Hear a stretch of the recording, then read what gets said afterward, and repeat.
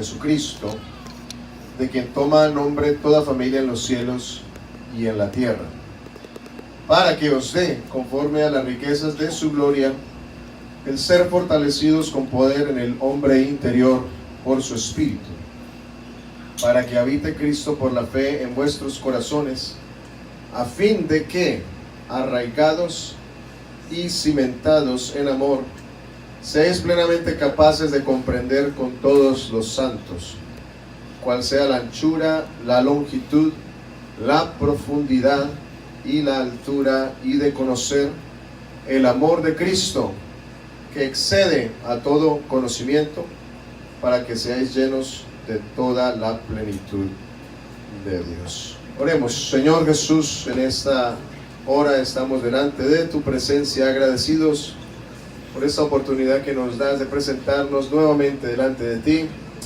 para exaltar tu nombre, para buscar, Señor, el conocimiento de tu palabra, para ofrendarte, Señor, nuestra vida, nuestro tiempo, para darte, Señor, de lo mejor de nosotros, para crecer en comunión, para, Dios mío, en esta hora nosotros exaltarte de la forma como tú lo mereces. Permítenos, Señor, en este momento recibir tu palabra con gozo y alegría, y estar atentos para crecer en la forma como tú lo deseas. En el nombre de Jesucristo. Amén. ¿Pueden sentarse, hermano? Gracias a Dios. Qué bendición, hermanos, nuevamente estar aquí todos juntos alabando el nombre del Señor Jesucristo. Gracias. El fin de semana pasado tuvimos la convención en Florida y fue una gran bendición. Todavía creo que pueden ver los cultos en el internet y escuchar la palabra de Dios, que fue amplia, fue generoso el Señor, dando palabra y también de su presencia.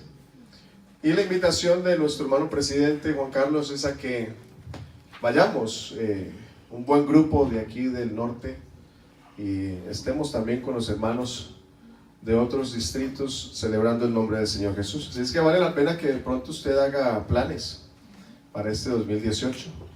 Ya hermano Misael ya se apuntó, dijo, no, ya me voy con mi esposa el otro año. Así es que de pronto usted haga planes, separe un tiempo, está en la convención, y de paso, pues, si no conoce la ciudad de Miami, puede dedicar también un tiempo de descanso. Saludamos a nuestras visitas en esta hora. Está con nosotros Edwin, el hijo de la hermana Teresa. Bienvenido, en el nombre de Jesús le decimos. Es un placer tenerle con nosotros. Y la mamá de la hermana Sandra también. ¿Dónde está? Aquí está. Bien. Bienvenida. En nombre del Señor Jesús. La hermana Carolina Herrera. Amén. Hermano Fabián. Amén. Bien, gracias a Dios. ¿Alguien más que nos visita? ¿También está con usted? Marisela. Bienvenida, Marisela, ¿verdad? Hombre de Jesús. Cuñada del hermano Fabián. ¿Pero alguien más nos visita en esta hora? No hay más visitas. Gracias a Dios. Oremos por los que han empezado a congregarse. No los soltemos de la oración. No los vemos el día de hoy. Creo que Dios les bendiga donde quiera que estén. Bien, vamos a meditar entonces, hermanos, unos minutos en esta hora, pidiendo al Señor en oración que nos dé a nosotros palabra que nos ayude al crecimiento espiritual, porque sin lugar a dudas es la razón principal de estar nosotros hoy aquí reunidos. Tareas hay muchas que dejamos pendientes, ¿verdad? Hay cosas pendientes para hacer, compromisos que tuvimos que cancelar o decir no puedo el domingo porque tengo una cita muy importante con mis hermanos y hermanas para adorar al Señor. Así es que no somos desocupados, tenemos muchas ocupaciones, sino que hemos sentido un llamado de parte de Dios muy fuerte para buscar de Él. Amén. Y hemos entrado en esta maravillosa forma de vida que es ser cristiano, de seguir a Jesucristo y de tener un deseo de crecer. No nos quedamos nosotros contentos con lo que hemos aprendido, sino que queremos aún más. No estamos satisfechos con las experiencias que hemos tenido en Dios, sino que queremos más. Contentos, por supuesto. Agradecidos, claro que sí, pero no satisfechos aún, porque nos hace falta todavía mucho camino por recorrer. A ver, ¿cuál ha alcanzado la perfección ya mismo? Ninguno de nosotros. Y si le hace falta, a mí me hace falta mucho. Así es que esta es la oportunidad que el Señor aprovecha, utiliza para que todos nosotros crezcamos. La oración es uno de los elementos más importantes que hay en la vida piadosa. La vida piadosa se compone de diferentes elementos. La alabanza, por supuesto, le hemos dedicado un tiempo para exaltar al Señor y espero que usted haya aprovechado de la mejor manera estos minutos que hemos dedicado de exaltación al Señor Todopoderoso. Este es un elemento de la vida piadosa. Las buenas acciones, el compartir con los demás, el ayudar a los necesitados, también es otro elemento de la vida piadosa. El cristianismo no se resume a utilizar algún símbolo que identifique y que grite en alta voz que es seguidor de Cristo y no más, sino que el cristianismo está basado en buenas obras, obras de amor el uno por el otro. Jesucristo dijo que no hay más grande amor que este, que uno dé su vida por sus amigos. Así es que el darse a los demás es un elemento importante de la vida piadosa. Otro elemento importantísimo es el estudio de la palabra, ya que hay que crecer en el conocimiento de la Escritura.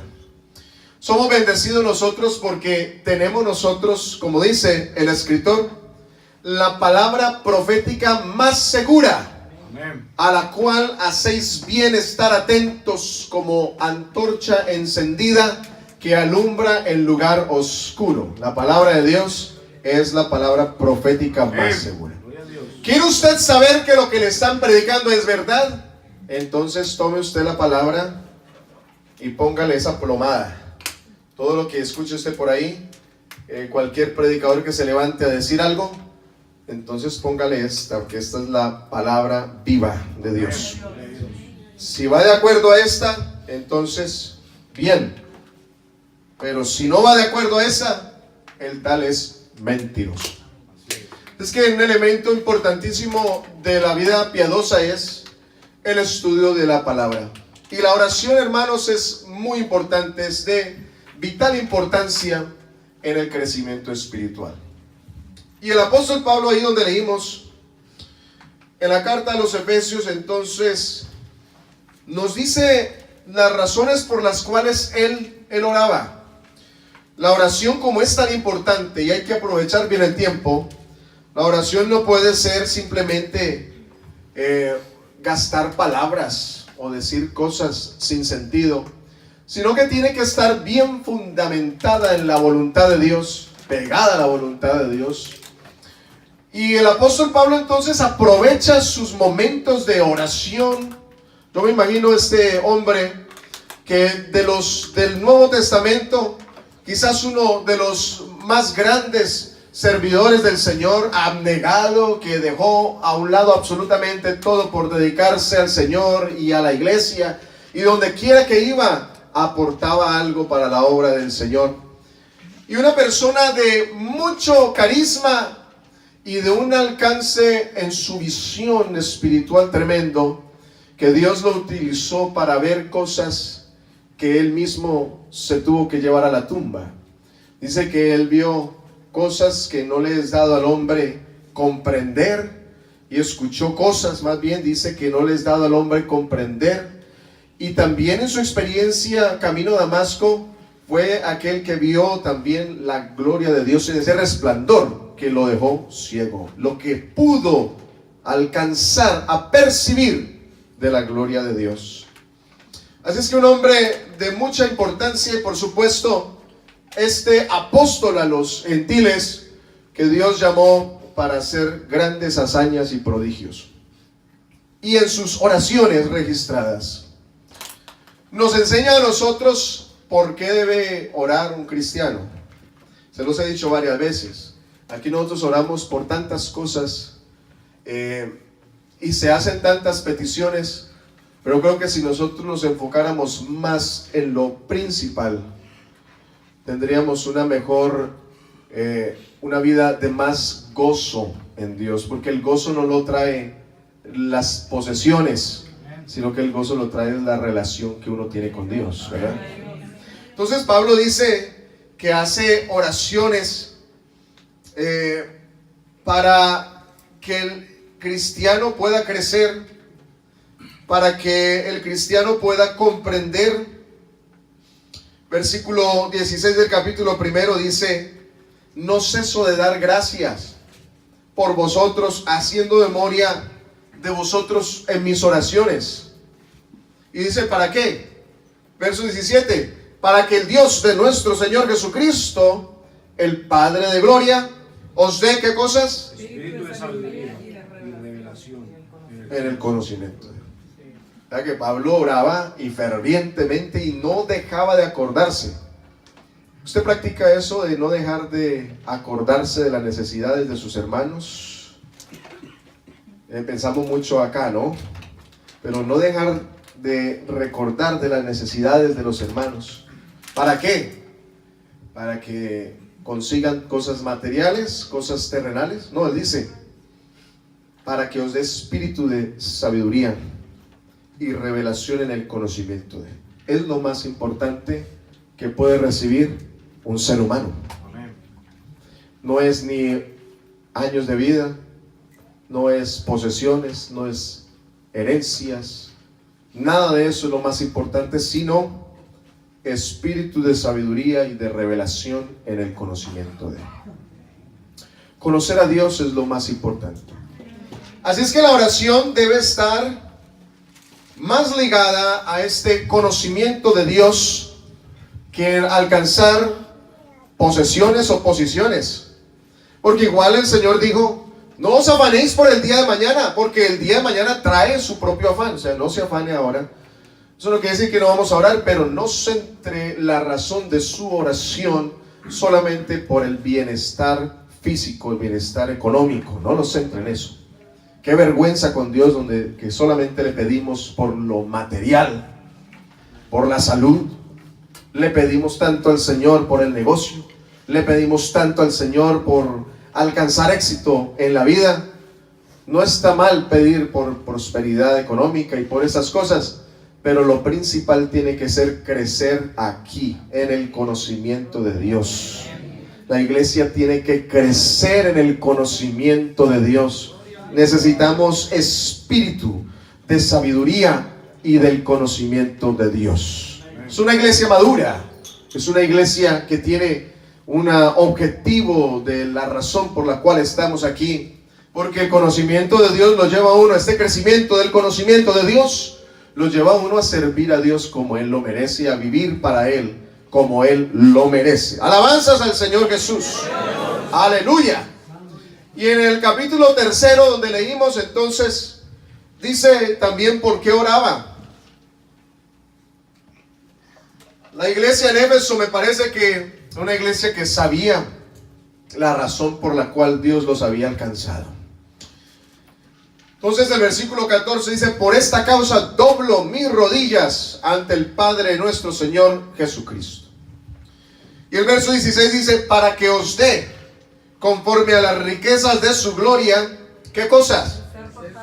Ser fortalecidos con poder en el hombre interior por su espíritu. Número 1, el cristiano debe pedir llenura del Espíritu Santo, fortalecimiento espiritual. Eso nos llega por el ejercicio corporal. El ejercicio corporal para poco aprovecha, ¿verdad? Pero es ese fortalecimiento espiritual. Dedicamos tiempo al ejercicio corporal, bien. Dedicamos tiempo al ejercicio mental, bien. Pero hay que dedicar tiempo al ejercicio espiritual. Aleluya. Crecer entonces, ser fortalecidos con poder en el hombre interior por su espíritu. ¿Para qué? Para que habite Cristo por la fe en vuestros corazones. Y el versículo 18 dice que el apóstol oraba para que seáis plenamente capaces. O sea que esto que sigue, esto de esta capacidad de comprender, es algo que llega es por la oración. Esto no viene por la experiencia, esto no viene por los años que lleve una persona en el evangelio, esto viene por una capacitación, para que seáis plenamente capaces ¿de qué? De comprender con todos los santos cuál sea la anchura, la longitud, la profundidad y la altura. ¿Sí? Anchura, longitud, profundidad y altura. ¿De qué? Dice, y de conocer el amor de Cristo, que excede a todo conocimiento, para que seáis llenos de la plenitud de Dios. O sea que de alguna forma Dios a través del apóstol envía esta palabra para que pueda de alguna manera la iglesia comprender, como de alguna manera visualizar o palpar el conocimiento. Conocimiento no se puede palpar, se puede expresar, ¿verdad? Alguien que tenga conocimiento puede resolver un problema matemático y lo escribe y lo plasma. Alguien tiene conocimiento, entonces puede expresarlo con una enseñanza, con una clase. Pero Dios busca siempre expresarse a la humanidad en lenguaje humano para que pudiéramos comprender algo de Dios. Y parece que el conocimiento de Dios pudiera visualizarse, pudiera quizás palparse. El amor de Dios, que excede todo conocimiento, es tan ancho, es tan largo, es tan profundo y es tan alto como no lo puede llegar a comprender la mente humana. Así es que tiene que intervenir Dios a través de la oración para que el cristiano crezca en el conocimiento del amor de Dios. Gloria a Dios. O sea que el apóstol oraba por cosas profundas y serias. Imagínense cuánto tiempo, si usted es una persona de oración, ¿cuánto tiempo dedica usted orando por esto? Vamos a ver cuánto tiempo dedica usted orando por lo material. Todas las cosas materiales aquí se quedarán. El cielo y la tierra pasarán, pero mis palabras no pasarán. Y también habla el mundo pasa y sus deseos, pero el que ama a Dios permanece para siempre. Bendito el nombre del Señor Jesucristo. Aleluya. Es que este elemento de la oración debe ser bien empleado. Y quiero que meditemos entonces y profundicemos en esta oración del apóstol, porque necesitamos nosotros crecer en el conocimiento de Dios. Hermano, lo más grande de Dios, si pudiéramos clasificarlo, porque todo lo de Él es infinitamente grande, pero si pudiéramos clasificarlo, lo más grande de Dios es su amor. Porque de no ser por su amor, entonces no sería misericordioso. De no ser por su amor, no sería perdonador. De no ser por su amor, no sería paciente, ¿verdad? De no ser por su amor. Y por eso es que habla también el apóstol en los Corintios que todas las cosas, acabarán, la profecía acabará, pero quedará el amor. Porque el amor es lo más grande y Dios es amor. Esta expresión de amor de Dios hacia la humanidad, que siendo aún pecadores, hermanos y amigos que nos visitan, siendo aún pecadores, Cristo murió por nosotros. Es que el apóstol está pidiendo algo que se desborda al conocimiento, al pensamiento. Pedir para que pueda la iglesia comprender cuál es este amor de Dios. En realidad, ¿qué es el amor de Dios? Debe comprenderlo. El conocer el amor de Dios es lo que marca es ese punto de partida de una vida que está buscando al Señor, y es una vida de crecimiento en todas las áreas, el conocer del Señor. Quiero que leamos, antes de ahondar en esto, también la escribe el apóstol Pablo a los Colosenses en el capítulo 1.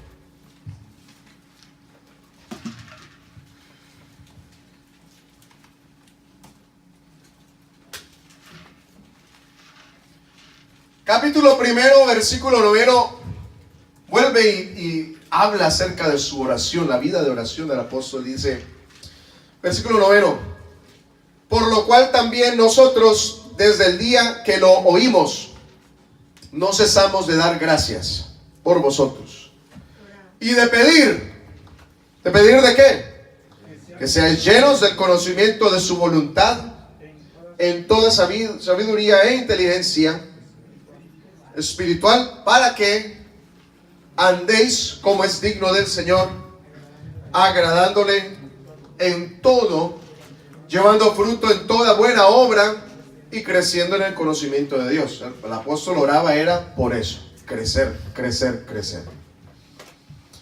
Y el 11 dice, fortalecidos con todo poder conforme a la potencia de su gloria, para toda paciencia y longanimidad, con gozo dando gracias al Padre que nos hizo aptos. Y aquí no quiero que nos detengamos, que vamos a hablar de esto. Que nos hizo aptos para participar de la herencia de los santos en luz, el cual nos ha librado de la potestad de las tinieblas y trasladado al reino de su amado Hijo, en quien tenemos redención por su sangre, el perdón de pecados. Ya que el apóstol oraba, igual como oraba para los efesios, que fueran fortalecidos, y también para que crecieran en el conocimiento, en este caso, ya no el conocimiento del amor de Dios, sino el conocimiento de esta sabiduría, de la voluntad de Dios y de la sabiduría y de la inteligencia espiritual, y como dice el verso 10, creciendo en el conocimiento de Dios. Entonces Dios quiere que nosotros crezcamos en Él.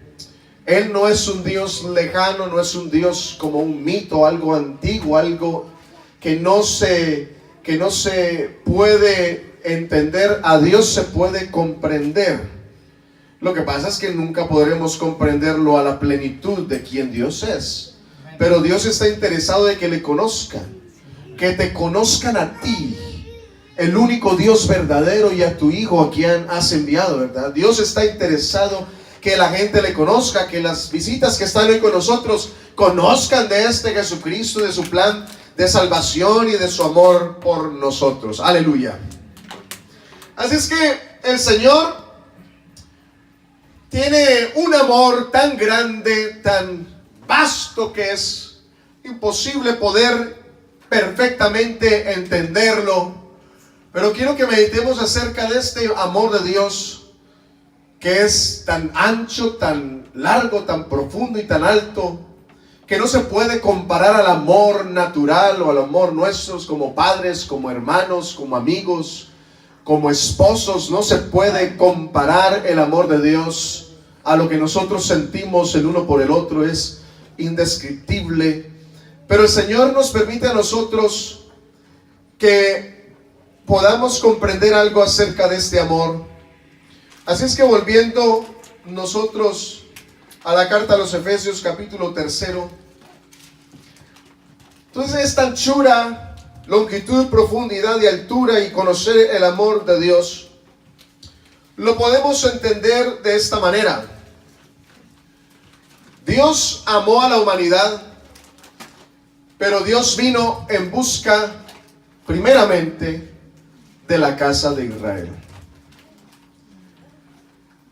Sin embargo, como relata el apóstol Juan en el capítulo 1, él dice, a los suyos vino, mas los suyos no le recibieron. El pueblo de Israel rechazó a Jesucristo. Y en uno de esos rechazos, por ejemplo, quizás uno de los más fuertes, fue cuando el Señor echó fuera a los demonios de aquel joven, y le dijeron nada más y nada menos que los doctores de la ley, los expertos en la materia y en el texto sagrado, le dijeron: tú echas los demonios por Belcebú, príncipe de los demonios. Así es que Jesucristo les dijo: si yo pues echo los demonios por Satanás, entonces vuestros hijos, ¿por quienes los echan? Así es, y dice el Señor: todo pecado que esté fuera del hombre le será perdonado, todo pecado contra el Hijo del hombre le será perdonado, pero el que peca contra el Espíritu Santo no le será perdonado ni en este siglo ni en el venidero. La blasfemia contra el Espíritu Santo es ese pecado de muerte, ese pecado que no tiene perdón.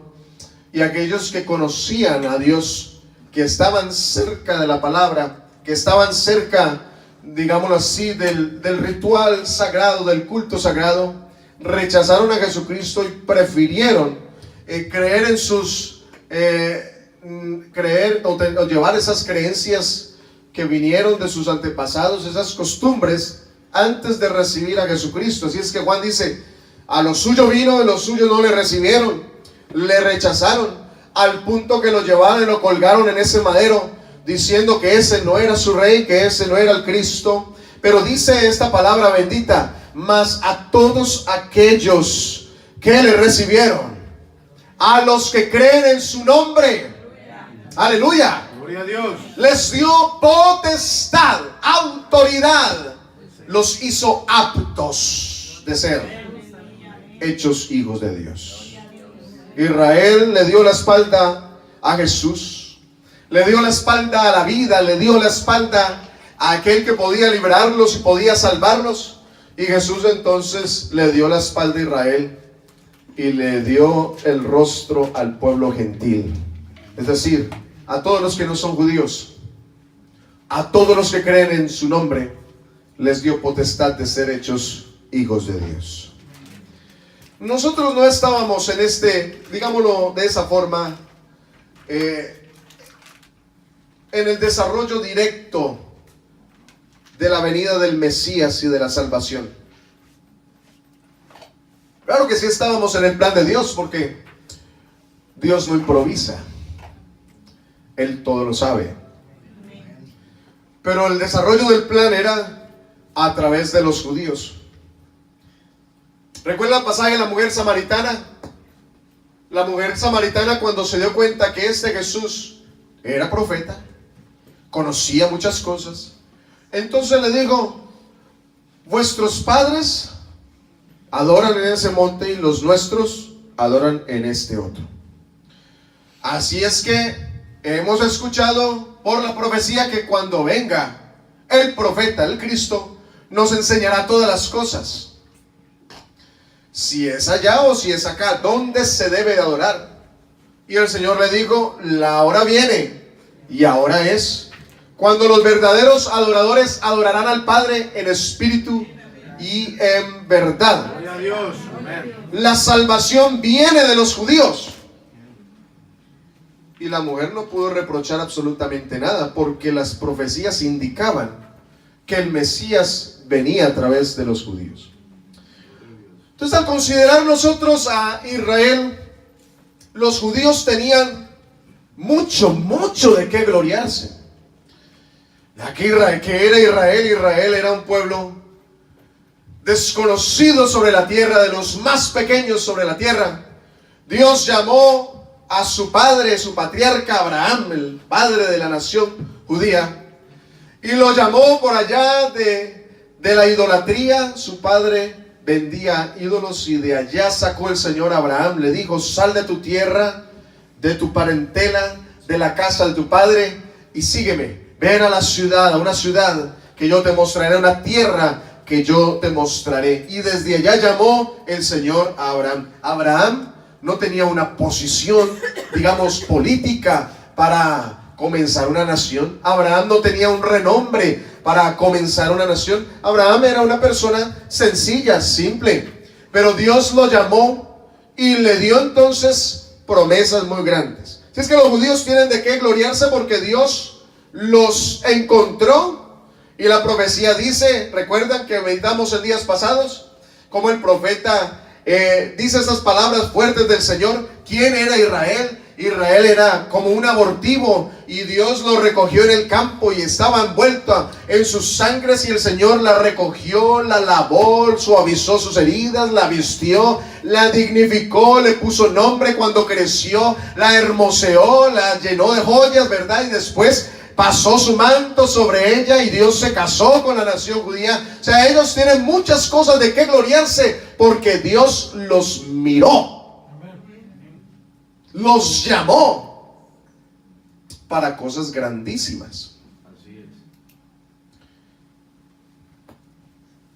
El fruto que Dios tuvo con el pueblo de Israel, grandísimo. Las hazañas, los milagros. Las naciones en el tiempo antiguo hablaban de las obras y de las historias de Israel.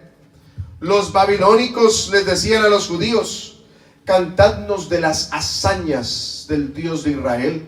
Imagínense, los que los llevaron cautivos les decían: cantadnos de esas hazañas, porque hazañas como las que Dios hizo en Israel no las hizo con ningún otro pueblo. Y ese trato de Dios con ellos era incomparable al trato con las demás naciones. Un trato especial. También la salvación. Israel fue receptor de obras salvíficas de parte de Dios. Lo salvó de Egipto. Lo salvó en el desierto. Los salvó de las serpientes. Los salvó de los ejércitos. Los salvó cuando estaban expatriados en Babilonia. Y por ahí vendría la salvación para el mundo entero. Así es que el trato que tuvieron no tenía comparación con el trato de Dios con el pueblo gentil. Los gentiles se habían alejado de Dios cuando el hombre decidió alejarse del Creador.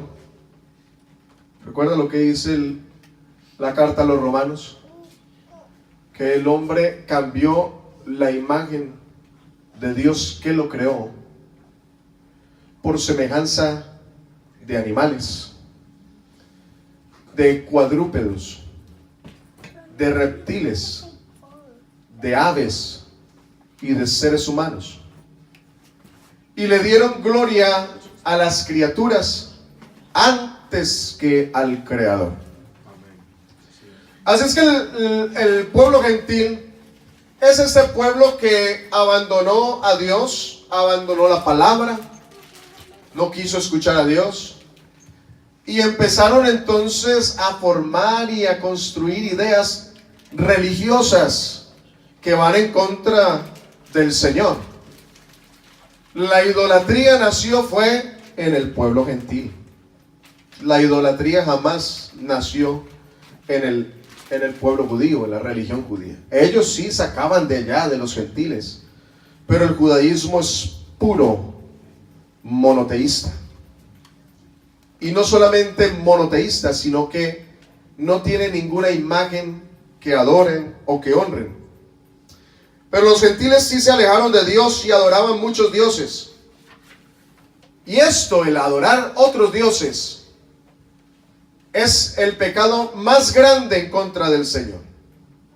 Si usted quiere leer conmigo en Deuteronomio 5, capítulo 5, versículo 7, le recuerda al Señor al pueblo de Israel acerca de la ley y de los 10 mandamientos. Este decálogo de mandamientos expresa literalmente y claramente el propósito de Dios y lo que a Dios más le desagrada. Yo pienso que no es por otra razón, sino porque Dios considera como la cosa más detestable el primer mandamiento y después el segundo. Capítulo 5, versículo 6 de Deuteronomio dice: yo soy Jehová tu Dios que te saqué de tierra de Egipto, de casa de servidumbre. Así es que el primer mandamiento es: no tendrás dioses ajenos delante de mí. No tendrás dioses ajenos delante de mí. Y el segundo mandamiento, verso 8: no harás para ti escultura, ni imagen alguna de cosa que está arriba en los cielos, ni abajo en la tierra, ni en las aguas, ni debajo de la tierra, ni no te inclinarás a ellas, ni las servirás, porque yo soy Jehová tu Dios fuerte, celoso, que visito la maldad de los padres sobre los hijos hasta la tercera y cuarta generación de los que me aborrecen. Así es que creo que no es un orden aleatorio, sino que Dios intencionalmente ubica estos dos primeros mandamientos con la idolatría. Dios aborrece la idolatría. No tendrás dioses ajenos delante de mí, no te harás imagen de lo que está arriba en los cielos, ni abajo en la tierra, ni en las aguas, ni debajo de la tierra. No te inclinarás a ellas, ni las honrarás, ni las servirás, porque yo soy Jehová fuerte y valiente y celoso. Pero el pueblo gentil exactamente eso fue lo que hizo. El pueblo gentil levantó dioses donde no había Dios, de los animales, de las estrellas, del sol. Vea todas esas culturas asiáticas que honran el sol, honran la luna, y los indígenas especialmente honran el sol, honran la luna, honran los animales, le rinden culto a los toros, le rinden culto a los cocodrilos, le rinden culto a las serpientes. ¿No es lo que dice el apóstol a los romanos? Cambiaron la imagen del Dios que lo creó en semejanza de seres humanos. No honran a los faraones, no honran a tantos seres humanos que les dan poderes sobrenaturales. Eso es de elevarlos a posiciones de deidad.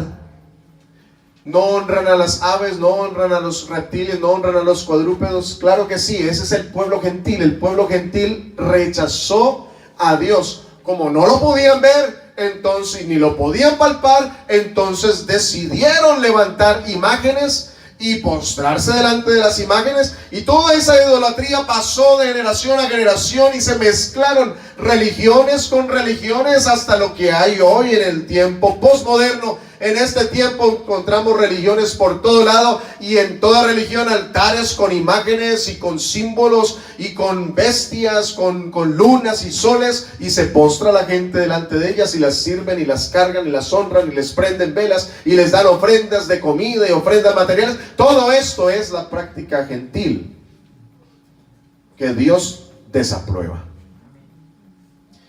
Así es que Israel gozaba de esto, de que Dios los llamó de entre todas las naciones, manifestó su nombre sobre ellos, les dio su nombre, les dio también pruebas de su grandeza a través de los hechos portentosos, de los milagros únicos que se manifestaban en la casa de Israel, y puso su nombre bien puesto en la casa de Israel.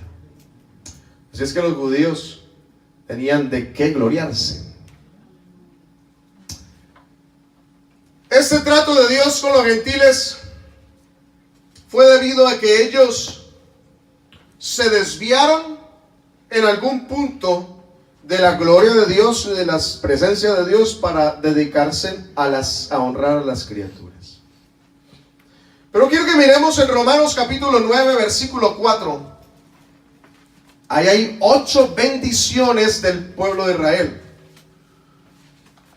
Romanos 9, 4.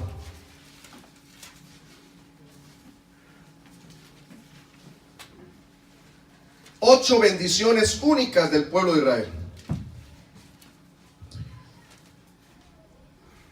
Dice que son israelitas. Vean los israelitas lo que poseen. Las 8 bendiciones del pueblo de Israel son israelitas, de los cuales son: número 1, la adopción; número 2, la gloria; número 3, el pacto; número 4, la promulgación de la ley; número 5, el culto; número 6, las promesas; número 7, los patriarcas, verso 5; y número 8, y de los cuales según la carne vino Cristo. 8 bendiciones del pueblo de Israel. Ningún pueblo gentil contaba con estas cosas. Así es que la adopción, la primera parte, la primera bendición, La adopción es precisamente esta elección que Dios tuvo con el pueblo de Israel, porque Dios paseó los ojos sobre todas las naciones de la tierra y vio a esta que estaba desprovista de cosas, que estaba simbólicamente tirada en el campo moribunda, y Dios la adoptó al pueblo de Israel. De los judíos es la adopción. Las demás naciones no fueron adoptadas por el Señor. Número 2, los pactos o el pacto.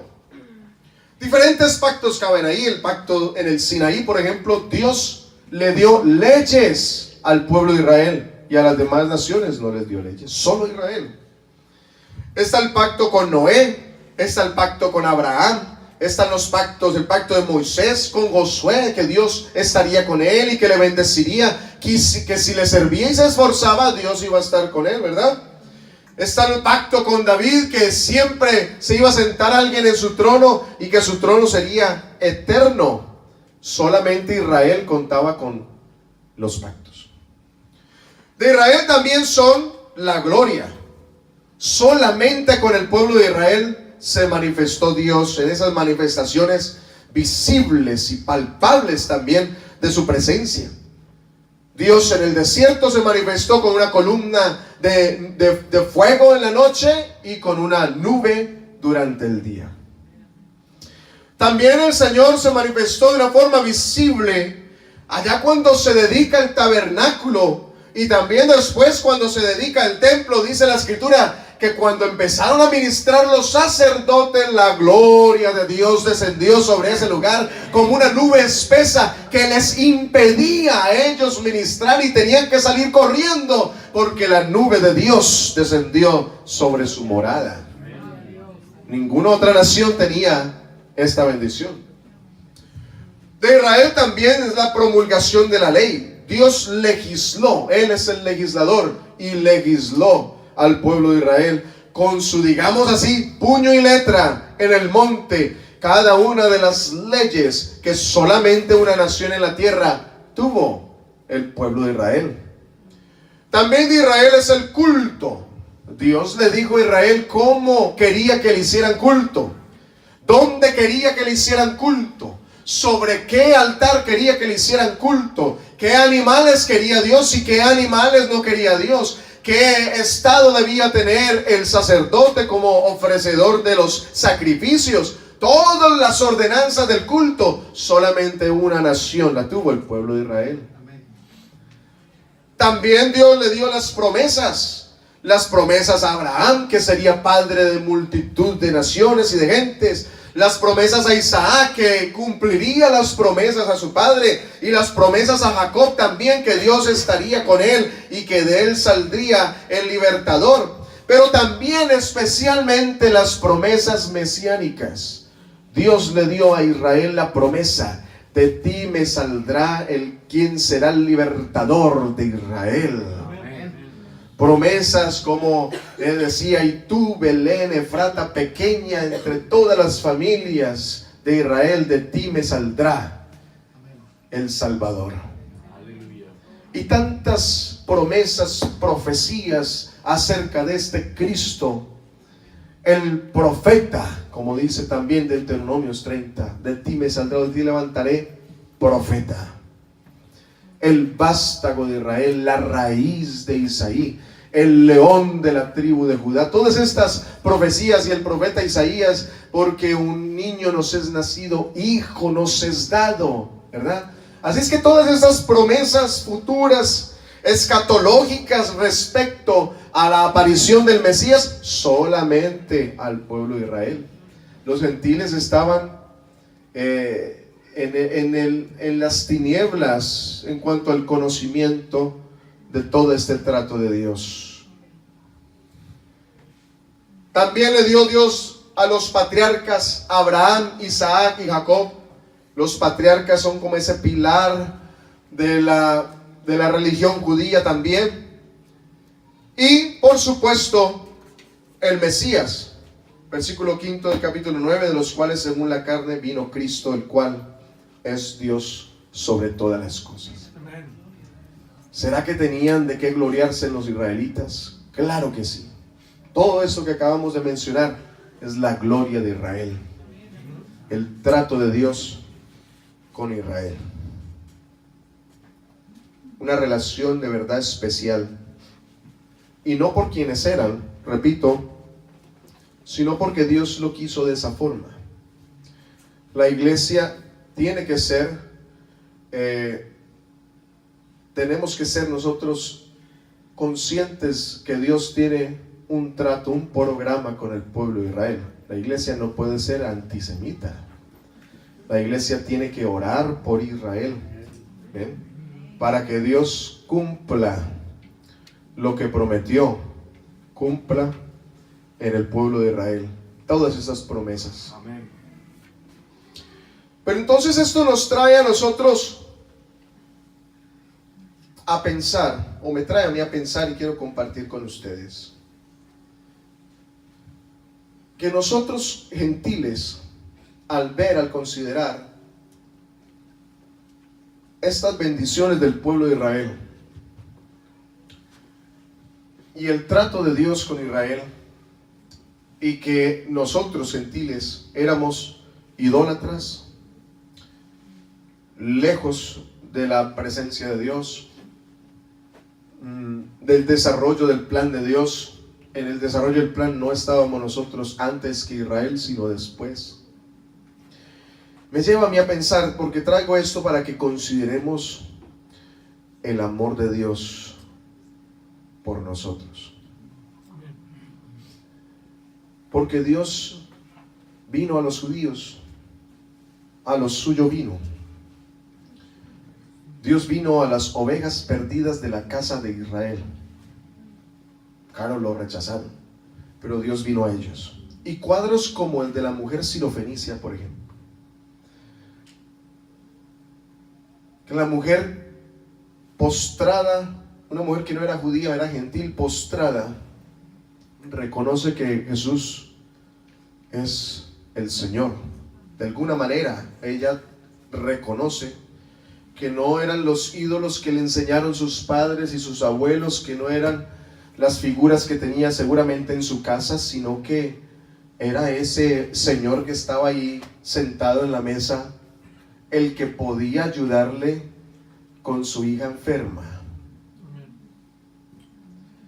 Yo creo que ella llegó a un punto de comprensión, de realización, y me imagino que ella le rezó y le oró a todos los ídolos que ella sabía y que conocía en toda su familia, en su ámbito. Y quizás alguien le dijo, bueno, falta que usted le pida al Dios de los judíos. Y yo creo que Dios la llevó, la movió, la dirigió a ese lugar, a esa casa donde estaba Jesucristo sentado a la mesa. Y ella cae postrada y le pide que por favor le sane a su hija. Aleluya. Gloria a Dios. Pero la respuesta del Señor nos ubica a nosotros.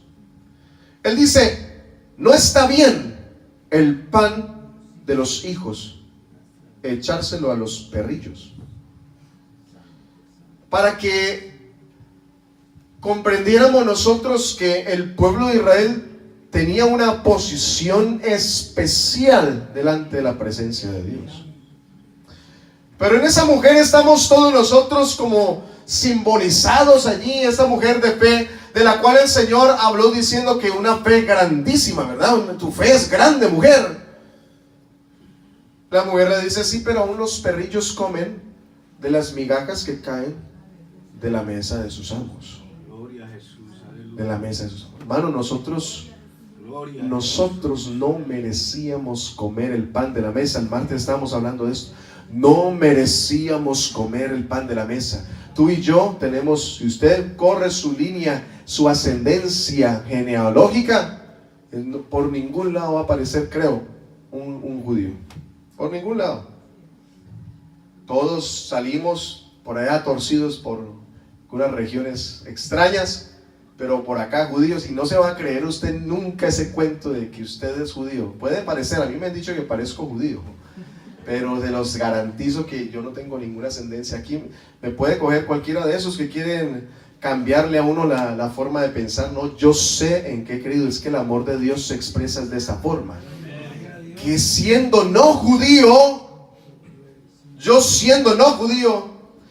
yo Yo no participé de todas estas 8 bendiciones, no tenemos tiempo para recordarlas, pero de esas bendiciones yo no participé de ninguna de ellas. Yo fue después cuando el amor de Dios se desbordó para tocar a todos los gentiles que estábamos aquí nosotros, ¿verdad? De todas estas naciones suramericanas, centroamericanas y el Caribe, sin ninguna conexión con Israel, pero Dios desbordó su amor por nosotros.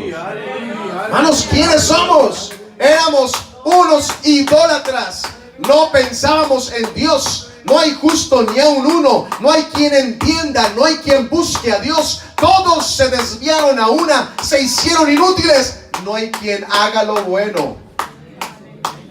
No hay quien haga lo bueno. Usted puede toparse con cualquier persona y mucha gente dice, tratando de justificarse a sí mismos, no, pero es que yo no he hecho nada malo. No he hecho nada malo. Por cuanto todos pecaron. Todos pecaron. ¿Cuántos han pecado alguna vez? Todos pecaron. Todos. Y el haber pecado, por cuanto todos pecaron y están destituidos de la gloria de Dios. O sea, no hay acceso al cielo por causa del pecado. Pero Jesucristo entonces le dio la espalda a los judíos porque le rechazaron y puso su rostro hacia el pueblo gentil para que tú y yo, mi hermano, después de más de 20 siglos estemos en un lugar humilde como este, pero ahora con el conocimiento del amor de Dios, de su compasión por el pecador, de que Él quiere salvar a todos aquellos que estábamos un día sumisos en la esclavitud de las tinieblas. Gloria a Jesús, aleluya. Y nos dio lo que no merecíamos nosotros, hermanos. Nosotros no teníamos parte en esto, pero que hoy estemos cantándole a Jesucristo, hermanos. Que hoy estemos dedicando tiempo en esta casa, en este lugar. Que hoy nos hayamos preparado desde temprano para venir a este lugar, para recibir al Señor y para darle al Señor alabanza, hermano. Eso es la demostración más grande del amor de Dios. Porque ¿quiénes éramos nosotros? Con razón dice la Escritura, oiga, de lo vil y menospreciado del mundo, escogió Dios para avergonzar a lo sabio y a lo fuerte. La iglesia es esta obra de arte de Dios. Y Dios le está demostrando a Israel. Está diciendo, mira lo que te estás perdiendo, Israel. Yo estoy habitando entre ellos. Como dijo el profeta, andaré y habitaré entre ellos. Y ellos serán mi pueblo. Y yo seré su Dios. Israel está pegado a una pared allá en Jerusalén, esperando que venga la respuesta, esperando que se manifieste el Mesías. Y nosotros estamos no pegados a una pared, sino que nosotros somos la pared del templo de Cristo. Somos piedras vivas. Y en este templo se mueve la presencia del Dios vivo, que salva, que regenera, que transforma, que bendice los hogares, que da alimento espiritual, que sostiene nuestra vida, hermano. Este es un motivo enorme para darle gloria a Dios. Aleluya, aleluya, alabanzas al Señor Jesús. Que se nos haya concedido a nosotros. Gloria al nombre de Jesús. Para concluir, vamos a Efesios 3. Pablo oraba para que conocieran el amor de Dios, la anchura, la longitud, la profundidad y la altura, y de conocer el amor de Dios que excede a todo conocimiento. ¿Cuál es ese amor? Capítulo 3, versículo 1. Por esta causa yo, Pablo, prisionero de Cristo, por vosotros los gentiles, si es que habéis oído de la administración de la gracia de Dios que me fue dada para vosotros, que por revelación me fue declarado el misterio. Pablo poseía misterios que Dios le dio solamente a él. como antes lo he escrito brevemente, leyendo lo cual podéis entender cuál sea mi conocimiento en el misterio de Cristo. Verso 5. Misterio que en otras generaciones no se dio a conocer a los hijos de los hombres, como ahora es revelado a sus santos apóstoles y profetas por el Espíritu. ¿Cuál es ese misterio? Verso 6. Que los gentiles, leámoslo todos juntos, que los gentiles son coherederos y miembros del mismo cuerpo y copartícipes de la promesa en Cristo Jesús por medio del Evangelio. Hermanos, qué misterio tan grande. Y los judíos no podían comprenderlo. Pero cuando Pedro fue y le predicó a la casa de Cornelio, léalo después con detenimiento, capítulo 10 del libro de los Hechos. Él fue movido por la mano de Dios porque Dios le dijo, vaya. Pero digo, pero es que son gentiles. Vaya que yo lo estoy enviando, y lo que Dios ha limpiado no lo llames tú inmundo. No lo llames tú inmundo. Vaya. Y cuando llegó Pedro y estaba hablándole a esta gente piadosos, ellos conocían de Dios, pero no eran judíos. Conocían de Dios.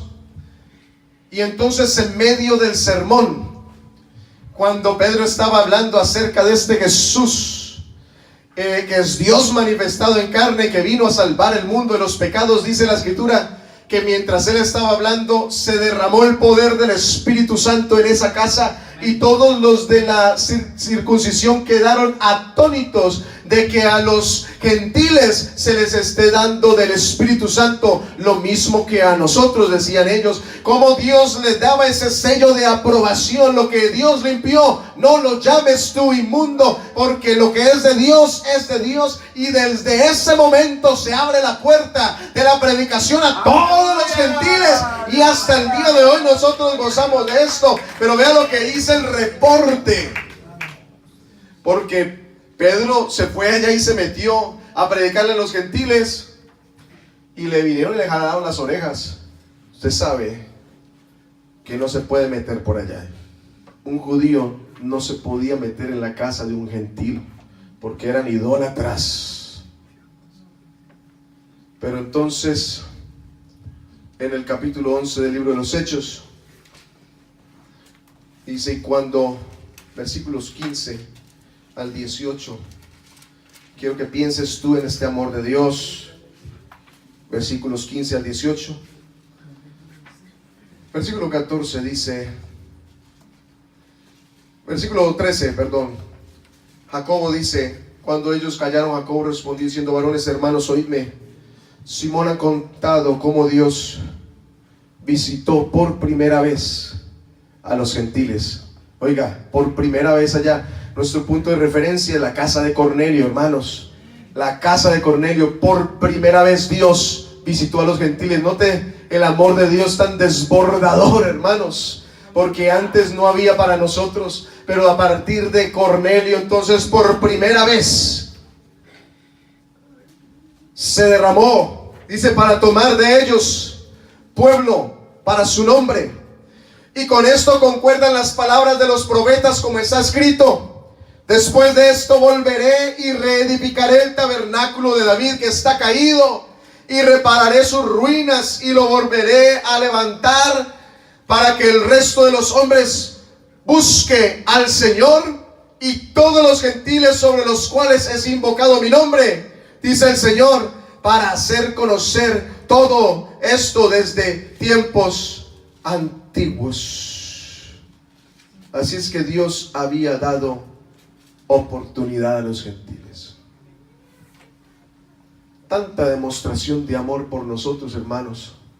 Vea, Dios nos sostiene, ¿verdad? Dios nos da salud. Él nos da a nosotros el dinero suficiente para vivir. Él nos da tranquilidad. Él nos da todas estas cosas, hermano. Pero lo más grande que el Señor le ha dado a usted, aleluya, aleluya, aleluya, es que Dios haya entrado en la casa de Cornelio, y después de la casa de Cornelio, después de las centurias, haya entrado a tu casa y te haya dado a beber de esta bebida espiritual. y te haya dado a conocer de este Dios de la gloria al cual honramos en este lugar. Ese es el regalo más grande, la demostración más grande del amor de Dios.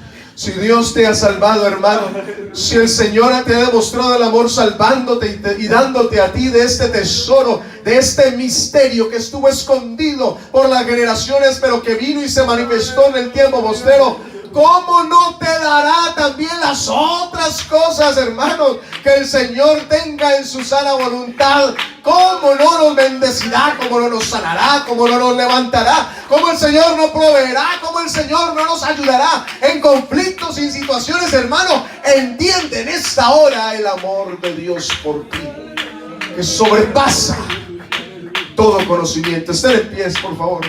Sobrepasa todo conocimiento.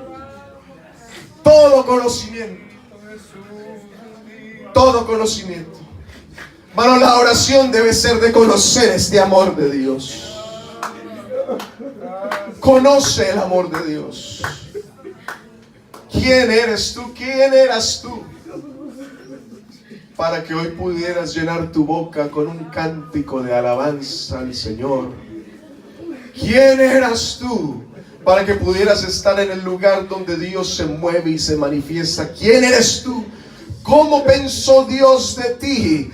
Para tratar contigo, tratar con tu hogar, tratar con tus hijos, tratar con tu mente, con tu corazón. ¿Quién eres tú? Nosotros éramos unos idólatras y teníamos la soberbia hasta el copete, pero Jesucristo fue paciente con nosotros y hoy estamos aquí dándole gloria a Dios.